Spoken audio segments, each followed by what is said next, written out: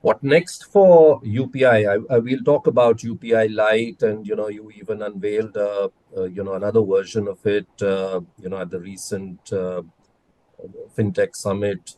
But we keep reading about a lot of other nations, other countries. We keep hearing accounts from a lot of individuals who've traveled abroad and said that it's far more easier to make digital payments here in India than in most developed countries. So, what next for UPI according to you?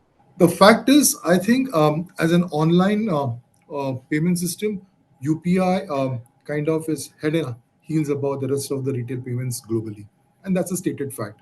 In fact, today a lot of countries are talking to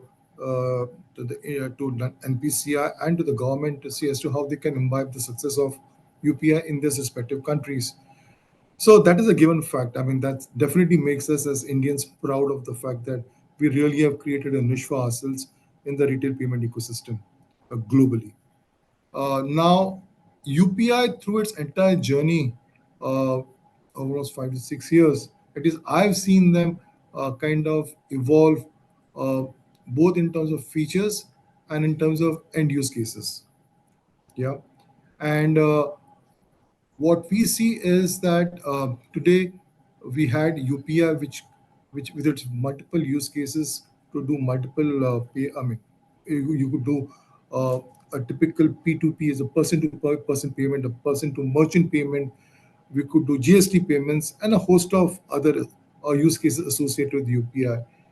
Uh, One of the things that was always been an issue, especially with UPI, has been the fact that because of the fact that the ticket sizes on a typical UPI payment is low, which is almost 80% of the entire volume of business is between is around rupees 100 to almost 500 rupees. It's almost 80% of the business sits in that bucket.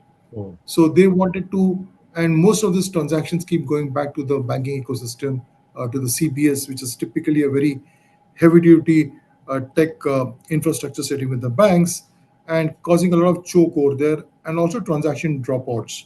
And this has been the bane of UPI for the large part of its entire journey. So one of the most innovative part which NPCI and the banks have brought together in the country, and thanks to the regulator, is that they have decided not to take the transactions, especially this low ticket transactions, back to the entire CBS, and they try to consume it within the UPI app itself.